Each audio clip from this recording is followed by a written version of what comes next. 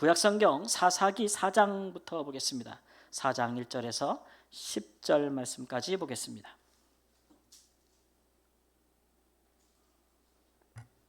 사사기 4장 1절에서 10절 말씀입니다. 구약성경 365쪽에 4장 1절 말씀 제가 읽습니다. 에훗이 죽으니 이스라엘 자손이 또 여호와의 목전에 악을 행하매 여호와께서 하솔에서 통치하시는 가나안 왕 야빈의 손에 그들을 파셨으니 그의 군대 장관은 하로셋 학고임에 거주하는 시스라요.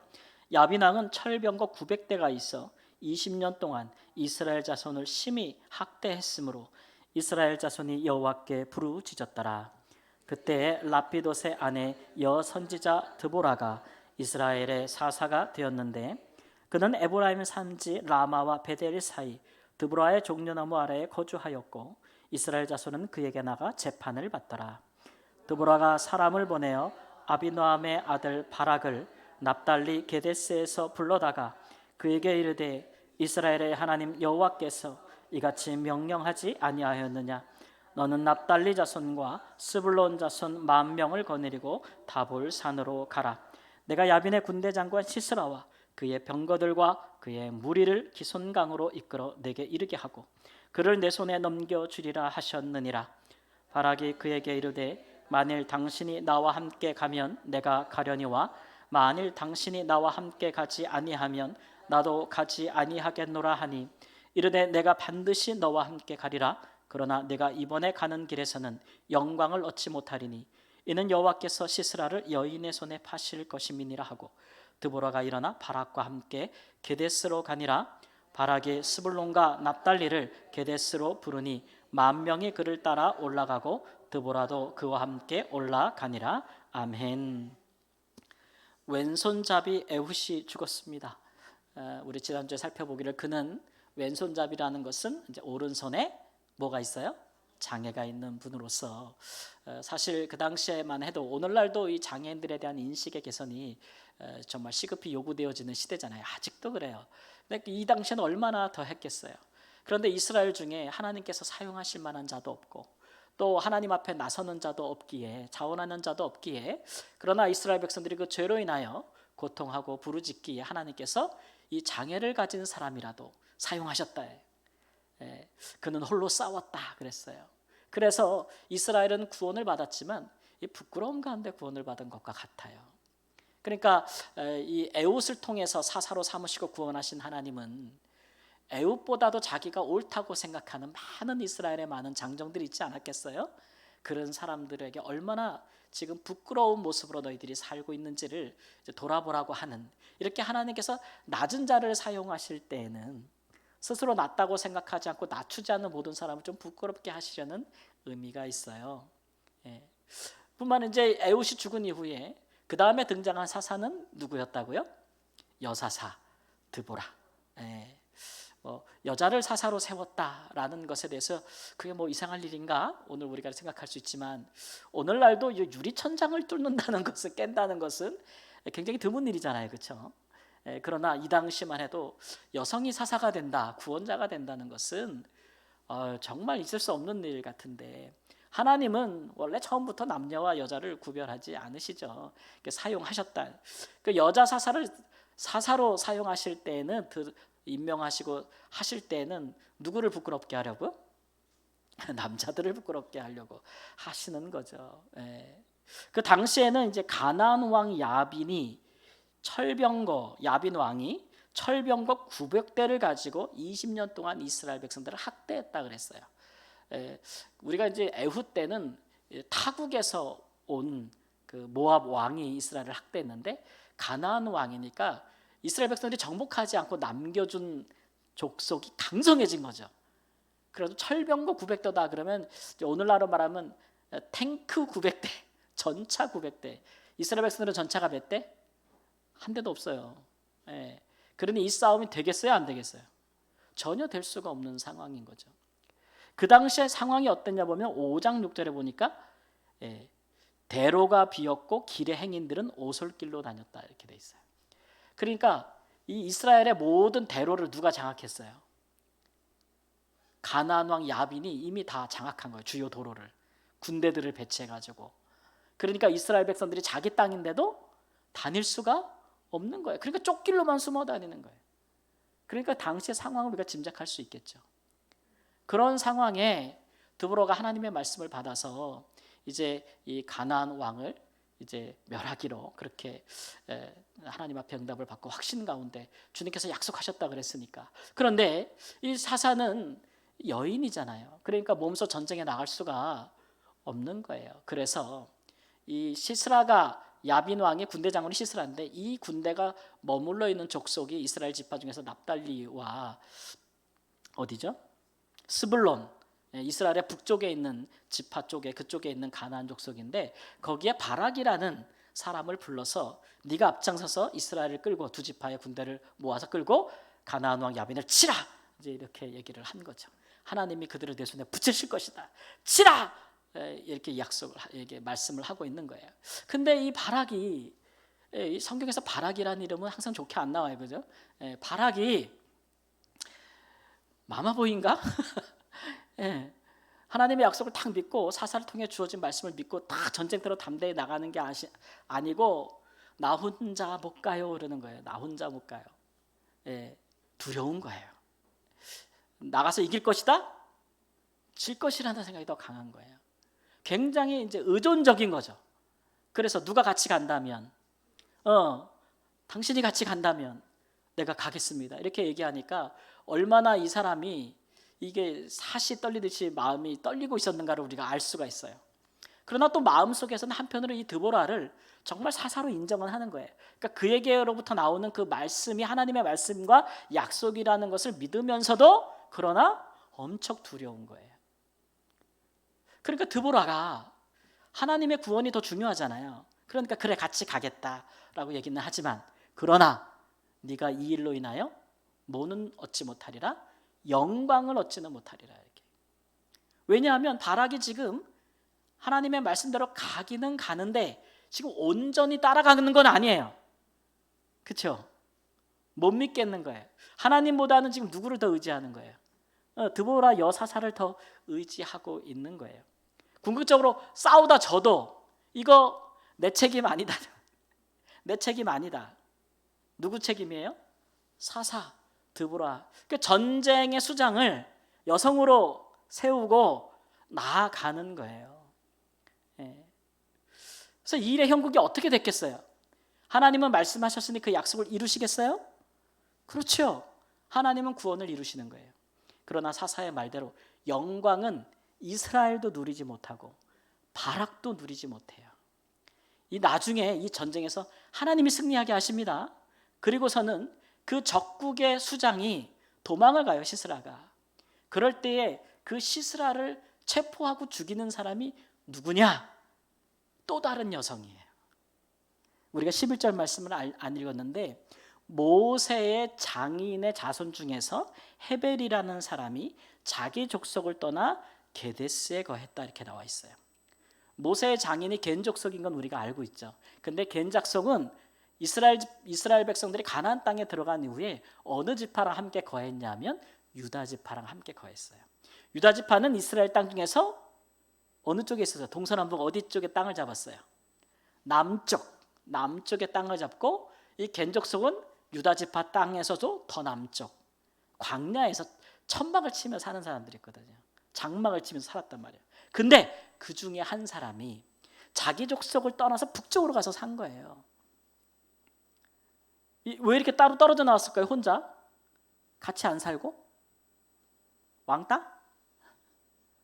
네, 이건 뭔가 이제 문제가 생긴 거잖아요, 그죠? 뭔가 자기 족속과 문제가 생긴 거예요. 그 문제가 생겼다는 얘기는 누구랑도 문제가 생긴 거예요.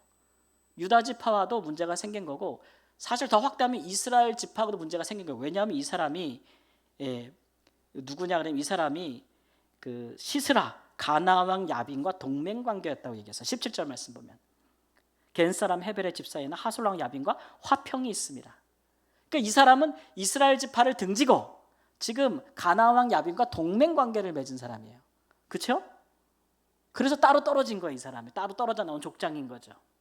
그러니까 시스라가 막 도망가다가 그 사람의 장막에 이르렀을 때에 그 헤벨의 아내가 나와서 장막에서 나와서 여기에서 쉬고 가라고, 도망갈 때 쉬고 가라고 이야기를 해주는 거예요. 자기가 동맹관계니까 자기를 숨겨질 것으로 믿었죠. 그렇죠? 당연한 거 아니겠어요? 그래서 거기서 장막에 들어가 쉬는데, 장막을 치고 거하는 이런 유목민들은요, 금기가 있어요. 이게 일단 지나가는 나그네는 다 영접을 해요. 그들의 문화예요. 안 하면 안 돼요. 또 하나 금기사항은 뭐냐면, 그렇다고 해서 여인의 장막에 사람을 들이지는 않아요. 그런데 이 시스라가 그 헤벨 여인의 장막에 들어가서 숨습니다. 남편이 당시에 있었어요, 없었어요? 없었어요. 남편이 있었으면 남편이 영접했겠죠. 남편이 없는 사이에 아내가 자기 장막에 숨기고 이불을 덮어서 숨겨주는데, 목마르다 그러니까 물 대신에 뭐를 줬어요? 우유를 줬어. 몸이 너무 피곤한데 따뜻한 우유를 주면 먹으면 정신이 번쩍 나요. 어떻게 돼요? 깊은 잠에 빠졌어요. 그때 이 여자가 말뚝을 갖고 들어가가지고 그냥 살적으로 깨서 죽여버렸다 그랬어요. 근데 성경이 이 여자가 왜 죽였는지가 안 나와요. 이유를 모르겠어요. 동맹관계였는데 왜 죽인 걸까? 사람들이 막 추측을 해요. 이 여자는 이스라엘 사람이었나? 남편과는 다른 마음이었나? 뭐 여러 가지로 추측을 해요. 그래서 제2의 라합이다 뭐 이렇게 막 추측을 막 하는데, 성경은 그 이유를 밝혀주고 있지 않아요. 그런데 중요한 것은 그 시스라가 죽은 다음에 누가 쫓아오냐면, 뒤에 이제 바락이 쫓아오는 거예요. 자기가 잡으려고, 적국의 수장을 잡으려고. 근데 와서 보니까 이미 죽은 거예요. 그러니까 그 시체를 가지고도 자기는 영광을 하나도 누리지 못한 거예요. 전쟁에서 승리하였으나 적국의 수장을 죽인 자는 누구예요? 여인인데, 그 여인인데 이방 여인인 거예요. 또 이스라엘과 등을 진 자의 여인인 거예요. 아내인 거예요. 이렇게 이스라엘을 구원하는 이 일이 여인의 손으로 말미암았을 뿐만 아니라 이방 여인의 손으로 말미암았어요. 이스라엘은 굉장히 부끄러운 거예요. 지금 사사도 누구예요? 여성이에요. 근데 적국의 수장을 죽인 사람도 이방 여성이에요. 왜 그 여자가 죽였는지 성경에 밝히지 않는 것은, 이 모든 것이 누구의 계획 속에 있다고 말씀하고 있는 거예요? 하나님의 계획 속에 있다고 말씀하고 있는 거예요. 그 여자가 왜 죽였는지 알려고 하지 마, 이런 얘기죠. 관심 받기야. 꼭 여기 성경을 읽으면서 성경에서 관심 받게 둔 거를 꼭 궁금해하면서 하는 분들이 있어요. 예를 들면 창세기 읽으면서 도대체 가인의 아내는 누구였을까? 막 이런 거. 성경이 밝혀요, 안 밝혀요? 안 밝혀요. 이상하다. 도대체 아담과 하와가 있었으면은 그 다음에 가인과 아벨을 낳았으면 딸들을 또 낳나? 또 다른 사람이 있었나? 막 도대체 누구 딸과 결혼한 거야? 막 상상의 나라를 펼치는데, 성경은 그게 관심 받게 해요. 그 얘기는 뭐예요? 관심 끄라는 얘기예요. 끄고. 거기 하나님, 거기다 관심 갖지 말라. 지금 뭐라고 얘기하는 거예요? 그 모든 일을 누가 하셨다고? 구원을 하나님이 하시고, 누구를 통해? 여인과 이방 여인을 통해서 하셨다고 이야기하시는 겁니다. 왜 이럴까요? 이스라엘은 구원을 받았지만 굉장히 부끄럽고 영광이 그 어느 이스라엘 남자들 중에도 임하지 아니하였다라는 것을, 그 영광을 하나님이 이방에 넘기는 거예요. 이방 사람으로 말미암아 이스라엘이 구원을 받는 거예요. 왜 그러냐? 이스라엘 백성들이 기도의 응답으로 받은 거기는 하지만 이 자유와 이 승리를, 그런데 이스라엘이 그 행태가 그렇다는 거죠. 죄짓고 부르짖고 하나님이 용서하고 구원해 주면 또 뭐예요? 또 죄짓고, 자기들을 구원한 사사가 죽으면 또 뭐하고? 또 죄짓고. 이런 일의 반복이 항상 이스라엘이 같은 상태에 있는 게 아니라 그랬어요. 점점 더 나락으로 떨어지고 있다 그랬어요. 이게 궁금하면 여러분 해보시면 돼. 내가 하나님이 진짜 싫어하는 짓을 하는 거야. 그리고 또 하나님 잘못됐어요. 그리고 하나님 용서해. 그 다음에 또 하는 거야. 또 하는 거야. 또 하는 거야. 계속 해봐요. 내가 원래 그 상태에 있는가. 나 돌아왔어. 나 돌아왔어. 나 돌아왔어. 그게 돌아온 게 아니라니까요. 수렁에 빠지는 거지. 그런 모습을 우리에게 보여주고 있는 거죠. 이 일로 인해서 이스라엘이 복을 받지는 못했어요. 하나님의 영광이 그들 가운데 임하지는 못하였다. 그러니까 우리가 이 사건 다음에 또 다른 사사가 등장할 텐데, 그렇죠? 그 사사에 대한 이야기들은 이전 사사보다도 또 못할 것이겠구나, 상황이 더 안 좋아지겠구나, 우리가 이런 것들을 예측할 수가 있는 거니까 하나님의 사람들은 사실은 영적으로 이런 상황을 잘 판단해야 돼요. 표면적으로 보면은 그냥 이스라엘이 적국으로부터 구원받은 거, 결과적으로 그것만 우리는 보는 거예요. 그런데 그건 되게 단편적인 시각이에요. 그 받은 구원은 좋은 것이나 그 구원이 이스라엘의 더 심각한 영적인 상황을 보여주는 것이라는 것을 깨닫지 못한다면 거기서부터 일어날 수가 없는 거잖아요. 그래서 이런 하나님의 사람들은 이런 영적인 진단을 잘 할 줄 알아야 돼요. 특별히 기도하는 사람들은 더 그렇죠. 우리가 왜 기도를 합니까? 이스라엘 백성들처럼 단순히 지금 우리의 형편을 벗어나고자 하는 몸부림치는 고통 중에서 몸부림치고라는 그런 기도에 우리가 그것밖에 없다면 우리는 거기서 헤어나오지 못할 거예요. 우리가 기도하는 이유는 하나님의 사람으로 살기 위한 거예요, 그죠?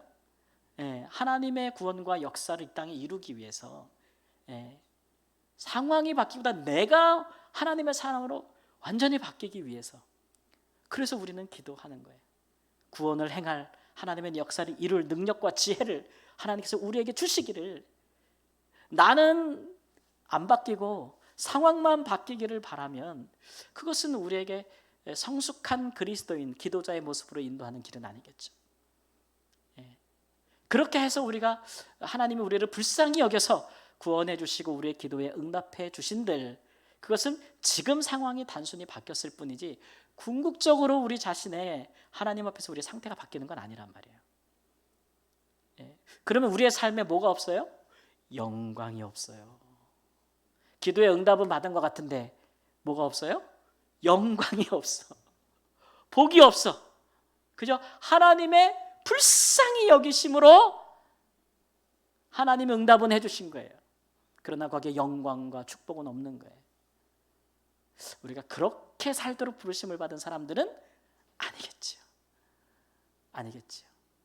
그러니 우리는 바락처럼 그렇게 마지못해서 이렇게 마치 코에 이게 뚫려, 뭐라 그래요 이거? 이게 콧대에 뚫려가지고 질질질 끌려가는 소처럼 그렇게 우리가 하나님 앞에서 일할 수는 없는 거잖아요. 그렇죠? 하나님이 말씀하시면 담대하게 아멘하고 순종하는 사람, 하나님의 약속을 다 믿고 그냥 나가는 거죠. 그게 믿음 아니겠어요? 승리할 줄을 믿고 나가는 거. 그런 믿음의 사람들, 그런 기도자들, 그렇게 행하기에 내 믿음이 떨어지지 않기 위해서 뭐예요? 기도하고 나아가는 것. 그런 사람들이 역사를 바꾸고 시대를 바꾸고 우리 공동체를 바꾸고 판을 뒤집는 거예요. 하나님은 그런 사람들을 찾으시는 거죠. 그런 사람들이 없으면 계속 우리가 속한 공동체는 수렁으로 빠질 뿐이에요. 이 악순환의 고리를 다 끊어야 돼. 악순환의 고리를 끊는 사람이 돼요. 우리가 이렇게 가면 안 된다. 우리 교회가 이렇게 가면 안 된다. 우리 가정이 언제까지 이렇게 갈 거냐. 내 신앙이 언제나 이렇게 뜨뜻미진하게 끌려다닐 거야. 이것도 아니고 저것도 아니고 하는 것도 아니고 안 하는 것도 아니고 듣는 것도 아니고 안 듣는 것도 아니고 보는 것도 아니고 못 보는 것도 아니고 숨차 죽겠네. 언제까지 그렇게 갈 거예요? 계속 이 고리를 뭐 해야 돼요? 끊어버리는 사람이 돼요. 끊어버리는 사람. 이 사슬을 탁 끊어버리는 사람이 돼요. 우리 가정에 대대로 흐르는 아주 그 나쁜 것들, 그 옛날 하나님이 싫어하는 것들 다 끊어버리는 사람이 돼야 돼. 혀를 깨물고라도 그냥 끊어버리는 사람들이 돼야 되는 것이고. 제가 이번 주에 목사님들하고 이제 선교사님들 이제 공항에 모셔다 드리냐고, 어제도 밤 11시에 돌아왔는데 그 모셔다 드리면서 여러 가지 이야기를 하는데 뭐 선교지에서 뭐 엄청난 뭐 이런 문제가 있어, 저런 문제가 있어, 막 저 말라이 다 입고 사는데 갑자기 말라이 뭐 이런 목사님 떠나고 이런 문제가 저런 문제, 야 이 막 이렇게 얘기하니까 또 다 생각이 나는 거예요. 또 갑자기 말하고. 야, 그런 거 보니까 야, 참 여기저기 참 죄가 많이 역사하는구나. 사탄이 많이 역사하는구나. 그런 얘기를 들었어요. 마음이 착잡하더라고요. 오늘 새벽에 아마 눈이 이렇게 벗어나왔을 거예요. 제가 마음이 착잡해가지고.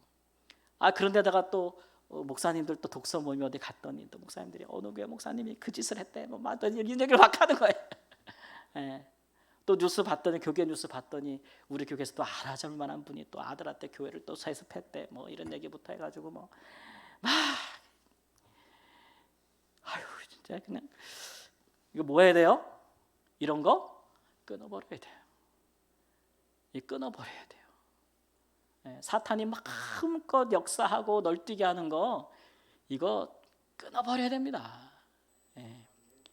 우리 교회와 우리 가정에 내가 하고 있는 기업에 내 테두리 울타리 안에 하나님 내게 주신 사람들 안에 이런 것들이 들어오지 못하게 싸워야 돼요. 방관자로서는 할 수 없는 거예요. 하나님 우리가 싸우라 하실 때가 있어요. 그때는 싸워야 되는 거죠. 용맹하게 목숨 걸고 구원과 승리 누구에게 있으니까? 하나님께 있으니까. 그런 일에 여러분 멈칫멈칫하지 마세요. 하나님이 싸워라 할 때 멈칫멈칫하지 마세요. 뒤로 자꾸 미루지 마세요. 그거 오래 갑니다. 내가 뿌리 뽑지 않으면 우리 가정과 우리 교회와 우리 공동체와 나의 기업에 악한 것들 그냥 냅둬 쓴뿌리 같은 거 냅두면 시간이 지날수록 뿌리가 더 단단해져요. 그거 누가 뽑아야 돼요? 내가 해야지. 누가 해? 내가 해야지. 내가 해야지. 권사님 누가 해요? 그죠? 내가 해야지. 지금 나밖에 할 사람이 없어. 내가 알아. 우리 집을 보고 우리 교회를 보고 너를 보면 나밖에 없어. 나밖에 없어. 내가 해야죠. 내가 하고자 하면 고될 것이나 승리는 있을 줄 믿습니다. 그 일에 바락처럼은 하면 안 되죠. 바락처럼 하는 것도 아니고 안 하는 것도 아니고 믿는 것도 아니고 안 믿는 것도 아니고 그렇게 하지 말고 담대하게 승리하시기를 주님의 이름으로 축원합니다. 아멘.